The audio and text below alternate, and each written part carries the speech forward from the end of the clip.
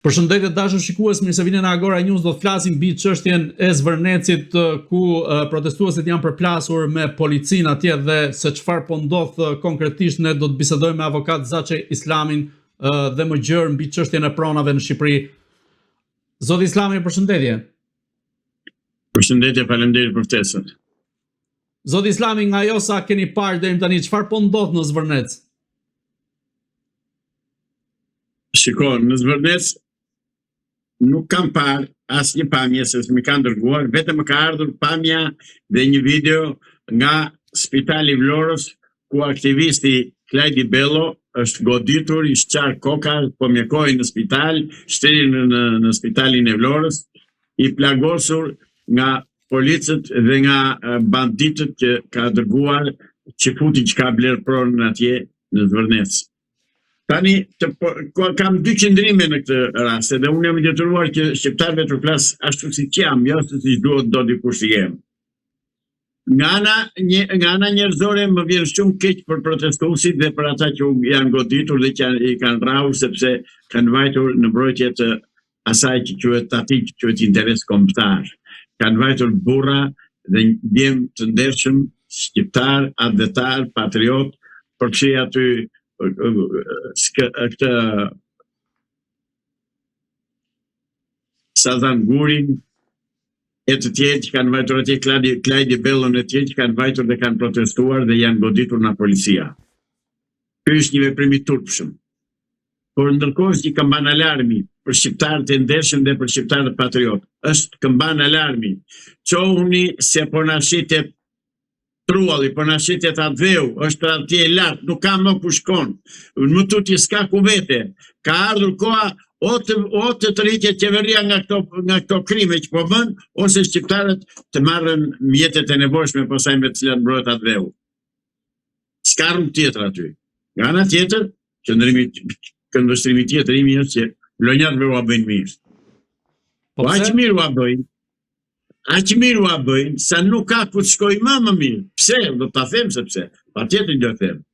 Vlonjatët të vrasin për partinë e punës, për Enverin dhe për Edi Ramën. Vlonjatët janë të tërë të majtë, të tërë votojnë majtas. E majta ua bën këto. Më bën qejf që e majta i godit kështu.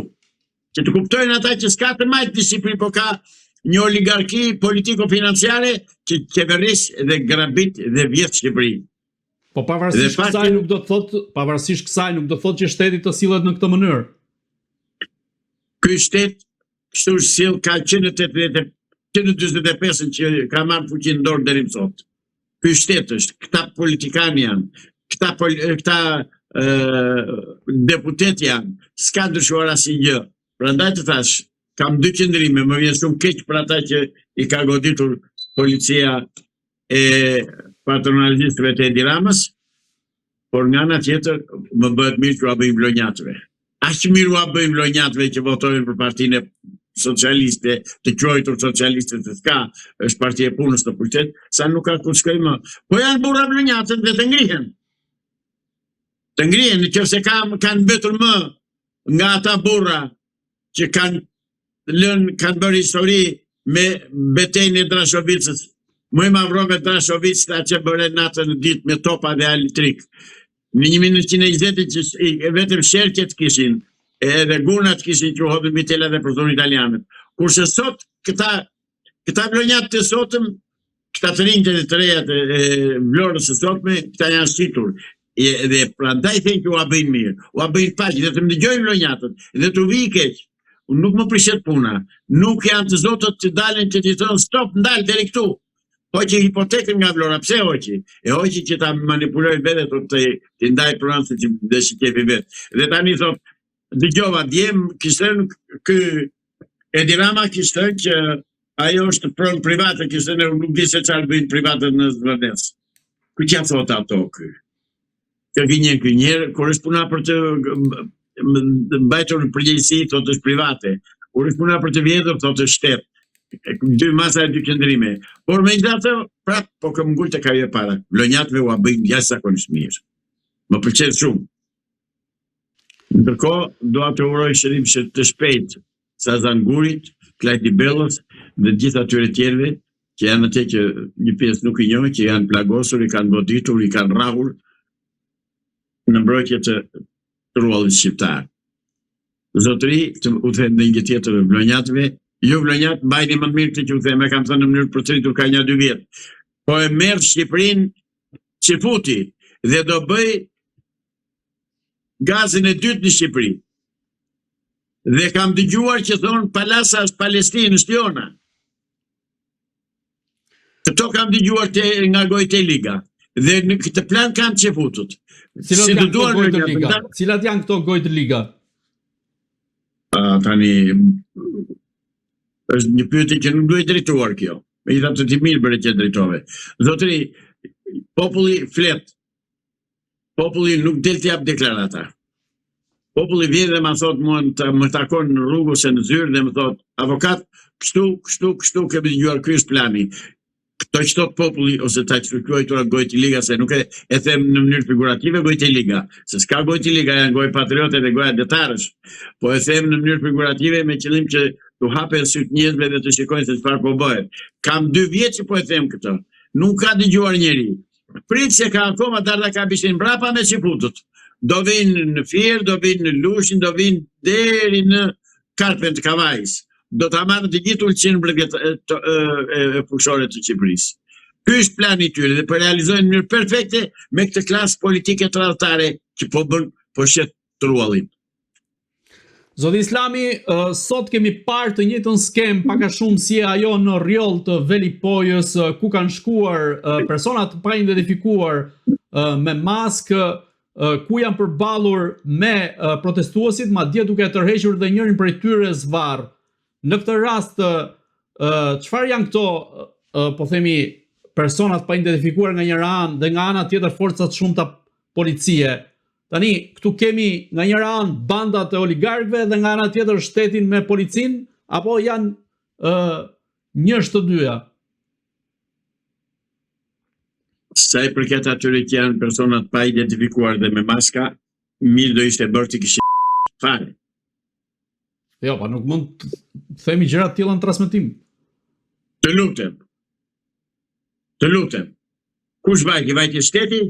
Vajti policia, me policinë merresh vesh. Me policinë, policia ka një komandë, ka një ligj, ka një detyrë, ulesh dhe merresh vesh dhe bisedon me të.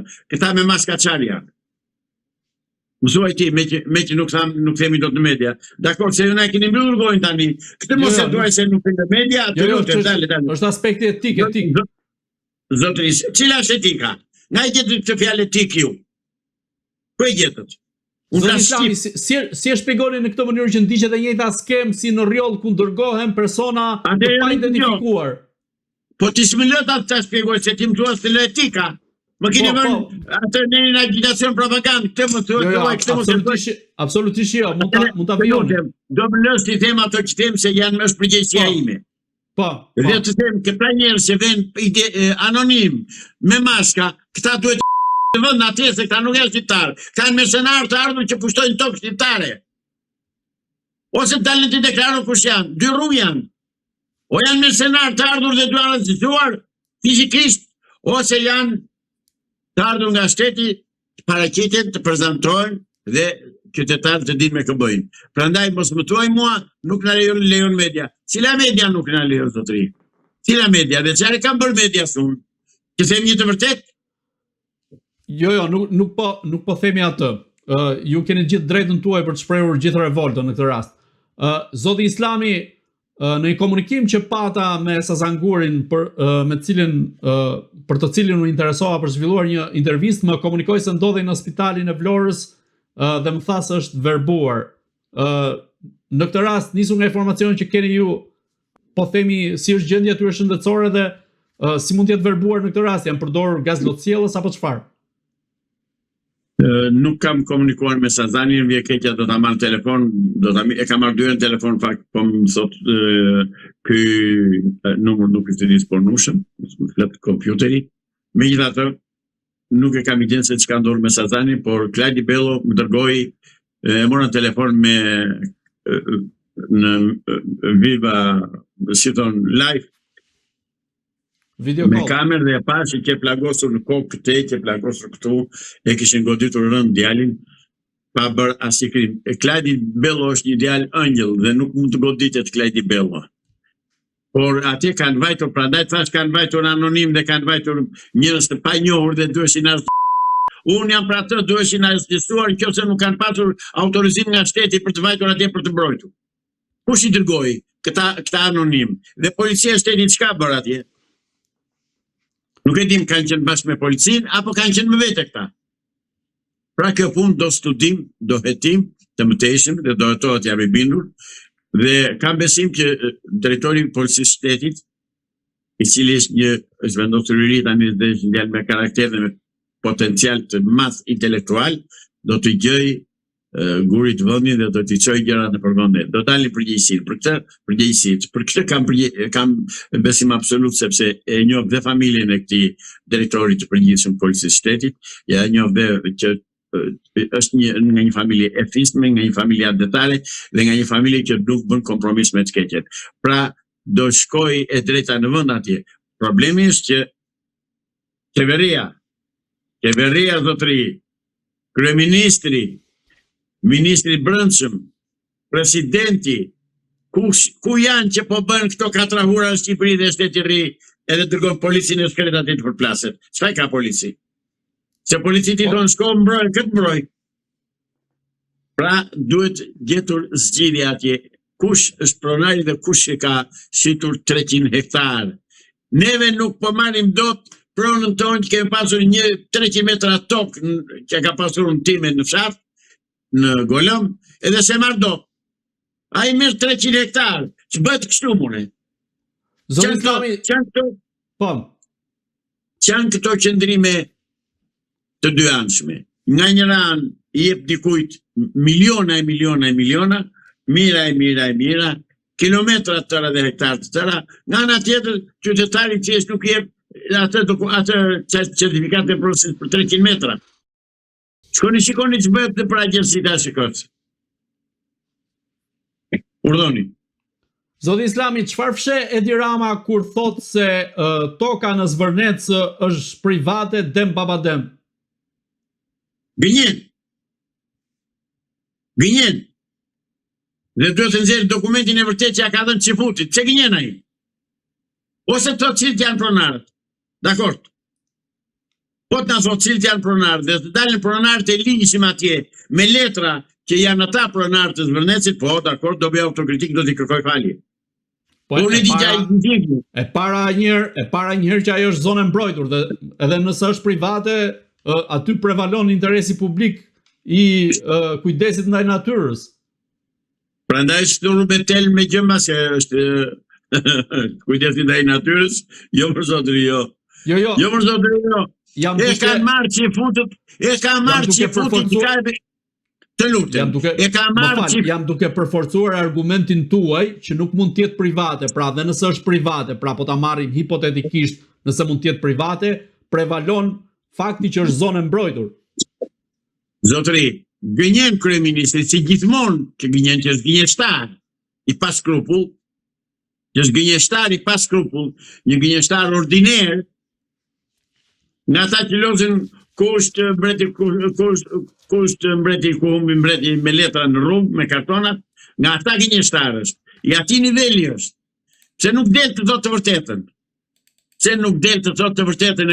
Cilët janë pronarët. Ore, ka transparencë, kjo qeveria s'ka njerë. Nuk ka transparencë. Pra duhet rrëzuar me çdo kush kjo qeveri. Kjo qeveri dhe kjo klasë politike duhen qëruar nga pushteti me të gjitha mjetet e mundshme që disponon shoqëria njerëzore. Po, kush mund ta rrëzoj se Berisha kishte mbledhur kuvendin kombëtar dhe nuk ka shkuar protestoj në Zvërnec? Pra masini në gojë atë kërëm të vjetër ju, atë kufom që mban herë qelve të gjithë Shqipëria nga veprat e tij. Pa jo të si opozitës. Si së opozit, nuk ku ke opozit? Pa i që është. Pse më ne hani sa punin për djathtë? Jo, më nuk është. Nuk është. Ata hahen si qënt në korrit atje për të mbajtur atë kupon politike se në verin deri në fund në karrike. Dhe ta mbajnë turoj. Ai non grata është, nuk i gjet non grata, nuk merr pushtet dhe mbetet mban peng Shqipërinë duke mbajtur në pushtet kriminalët komunistë, sepse është super komunist. Është komunist i pastër, komunist në ata të 41-shit, në ata të Dušan Mugoshës dhe Miladin Popovicit, nga ata komunistët Sali Berisha, dhe prandaj bën ashtu siç bën. Zoti Islami, si mendoni se do të zgjidhet çështja e Zvërnecit, teksa edhe në një investigim që kishte bërë Rjeti Birn, theksoi se pas çështjes së Zvërnecit, pra investimeve në Zvërnec, fshihen persona me probleme me drejtësinë, oligark të caktuar dhe njerëz mjaft fuqishëm. E kanë gabim.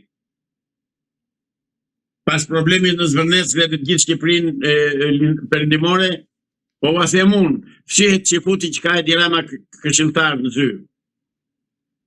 Është ai. Është ekskluzivisht ai. Prandaj aty mos e hanë sa punën për djathtë shqiptarët. Megjithatë, zgjidhja është përmbysja e kësaj qeverie me të gjitha mjetet. S'ka zgjidhje tjetër. Ndryshe s'kemi më Shqipëri.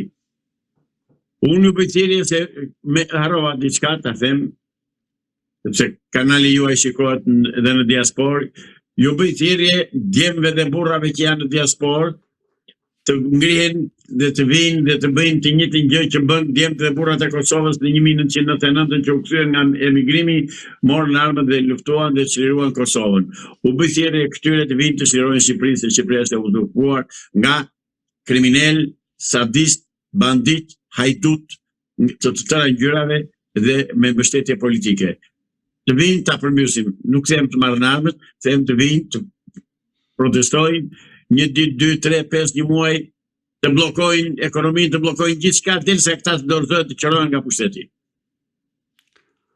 Zoti Islami, apo shet interesat e Shqipërisë Edi Rama për të korrigjuar marrëdhëniet e tij me presidentin amerikan Donald Trump, duke qenë se vajza e Trumpit dhe dhëndri i presidentit amerikan Jared Kushner janë ata që do të investojnë në Zvërnec dhe në ishullin e Sazanit? Të qërohen ata edhe Trumpi bashkë që në Zvërnec e në Sazan nuk do bëjnë pjesë, nuk do marrën pjesë. Të qërohen. I jati me gjithë të bitë. Ai të vej në atë në ishullin e Epstein ai, baba i tyre. Se atje i kanë dalë videot. Atje të vej ai Trumpi. E të mos vitë në marrë dhe vej ishullin e Sazanit dhe Zvërnecin. Jo, zotëri. Si merë do. Se do ngrihen shqiptarët, jeni të sigurt. Ne nuk flasim kot. Ne që bëjmë thirrje ditë për ditë, nuk na vetë fjala dëm, jo. Ne dim që dëgjohemi, e dim që shënohen ato që themi neve, mban proces verbalin e madh populli ynë. Dhe kur të hapet ai proces verbal, mirë ata që do t'i dalën përpara këtij populli. Zoti Islami, si mendoni me ardhjen e ambasadorit të ri Erik Vend në Shqipëri, a mendoni se do ta frenojë Edi Ramën nga këto veprime që është duke kryer, duke qenë se edhe veprimet e fundit në Zvërnec bien ndesh me procesin e antarësimit të Shqipërisë në Bashkimin Evropian? Shqyr që bien ndesh edhe që nëse na pranon Bashkimi Evropian, për këtë duhen falënderuar këta tanët. Kur mos shkoft Shqipëria në Bashkimin Evropian. Kur ne kurrës. Bashkimi Evropian është vdekje për Shqipërinë, është fshirje e Shqipërisë nga harta e Ballkanit. Mbajini mend se të them ta mbajnë mend djemtë dhe vajzat e reja që më dëgjojnë, se do dalin këto që them unë. Nga ana tjetër, shpresoj tek generali që ka ardhur, kur nuk e di kur që do vi ambasador i Shteteve Bashkuara të Amerikës në Shqipëri, dhe fakti që Amerika dërgon një general ambasador, për mua flet shumë. Dhe flet edhe nga ana tjetër që në Ballkan është i vetmi ambasador që ka Amerika në Ballkanin Perëndimor. Të tjerët kanë nga një të ngarkuar me punë. Kështu që kjo mua më jep shpresë që Amerika do zbatojë dhe do bërë në jetë atë dëshirën e madhe dhe atë urdhrin e madh të George Washingtonit, atë punën e pa mohueshme të ish presidentit amerikan Wilson, që mbrojti Shqipërinë nga lukunit dhe nga hajdutët e Londrës, e të Parisit e të Berlinit, dhe kam shpresë dhe kam besim tek generali. Kam shpresë se generali dhe besim sepse diplomatët më të mirë në botë janë generali janë usharakët. Ndërsa diplomatët e karrierës të dalin nga shkollat civile politike të shteteve nuk janë kur patriotë dhe nuk intereson kur për vendin siç e intereson një general. Në këtë aspekt kam plotësisht besim të dashur Zoti të mos e shgënjehemi. Zoti Islami, si e shpjegoni një deklaratë Albin Kurtit i cili theksoi se unë nuk jam nga ata lider të cilët shes tokën atë dhe udhtim apo t'ia dhuroj dikujt tokën e atë dhe udhtim, mund t'i jap diçka nga ta mbaroj domethënë pjesën e deklaratës. Mund t'i jap diçka nga ana ime në mënyrë personale dikujt apo një vendi tjetër, por jo atë që i përket atë dhe udhtim. Dhe tha se ka lider në histori, ka dhe lider aktual, theksoi që duke nënkuptuar në këtë rast Edi Ramën, që nuk e kanë problem që ta shesin dhe ta dhurojnë tokën atë dhe tyre. A ka qenë ky një paralajmërim që Albin Kurti ka bërë kundrejt asaj që po bën Edi Rama? Më pastër dhe më qartë nuk ka ku shkon dhe unë e falenderoj kryeministrin Albin Kurti. Gjithnjë kam pasur besim tek ai. Ka disa vite që ka bërë këtë deklaratë. Edhe është aktuale, do të jetë aktuale për gjithmonë derisa të qërohet nga pushteti Edi Rama. Por unë nuk e kuptoj më sinqerisht, por pyet veten. Kaq të vdekur jemi ne shqiptarë sa të tallet një şarlatanë dhe të mos kemi mundësi ta qërojmë ande nga as. Shqiptarët të qofse nuk janë të zotë të mbrojnë vendin e tyre dhe të qërojnë një kelbësi nga pushteti. Më mbajnë Sali Berisha në atje një kërm të ngordhur atje dhe që kelbi gjithë Shqipërinë, sepse janë të lidhur me njëri tjetrin kriminal dhe politik. Se këtu në Shqipëri fatkeqësia është krimi në politikë, jo politika në krim. Po Edi Rama u tha shqiptarëve që nuk keni parë asgjë akoma, apo si duket nuk e besuan. Jo, ata që kishin më në kokë e besuan dhe e dini se do të bënde, dhe sidomos ata që njihnin nga afër. Zoti Islamit, kalojmë në një çështje që i përket personit tuaj, sa i përket çështjes së pronave, pra duke mbetur sërish tek kjo problematikë. A mund na shpjegoni cili është konflikti juaj që keni në fshatin Progonat të Tepelenës? Praktikisht, kështu personalisht nuk kam asnjë konflikt me askënd. Dhe s'kam asnjë pronë në Progonat. Duhet i bëj të qartë opinionin publik që unë jam avokat i autorizuar me prokuror të posaçme nga 6 pasardhës të Alush në Kidasit në Progonat. Dhe si tillë kam vajtur në çdo seancë, në çdo çështje, në çdo diskutim që është dashur prezenca e avokatit. Tani çfarë dos në Progonat? Në Progonat kemi të bëjmë me një fis tribu të parahistorikëve, ata që jetojnë për shpella. Dhe këta janë Sokol Guga me vëllezërit e tij. Dhe me një premesa, dhe me motra e kushëria. Këta janë. Sokol Guga pretendon se i kanë i shprishur një mur rrethues i pronës tia. Në mënyrë të përsëritur i kemi kërkuar dokumentin e pronësisë. Dhe mbasi na e vurin dispozicion gjykata dhe prokuroria e Gjirokastrës dokumentin e tij të pronësisë, kërkojmë që ai të vërë kufirin në pronën e tij 300 metra katror ai sa e ka. Mirë po Sokol Guga ka marrë nga klientët e mi 213 metra katror i ka rrethuar me muri, me lef, jo mur, me lef. Dhe atë do të dua unë, pa pasur asnjë dokument pronësie, pa pasur asnjë dokument tregues, absolutisht asnjë gjë. E kam zënë unë, thotë, e dua unë këtë se kam zënë unë, thotë. Dhe për këtë s'ka gjë pa bërë derisa më kanë plagosur mua atje në krye të detyrës, duke filmuar. Edhe kanë bërë 501 pislëqe nga se që i takon fisit dhe sorratit të Sokol Gugës. arritën dhe më plagosën atje në fshat, dhe unë jam viktime e drejtësisë Gjirokastrës, jo e Gugës, se ata atë dinë të bëjnë. Ndërsa prokuroria dhe drejtoria dhe gjykata e Gjirokastrës kanë përgjegjësi të jashtëzakonshme ligjore, sepse kam 36 denoncime që kam çuar në gjykatën dhe në prokurorinë e Gjirokastrës dhe deri tani nuk u gjykuar asnjë. Kanë arritur deri atje sa prokuror, që vetë prokuror nuk mund të jenë, se e turprojnë emrin e prokurorit, sepse prokurori është përfaqësues i shtetit dhe këto kushte duhet të jetë figurë e lartë dhe e pastër.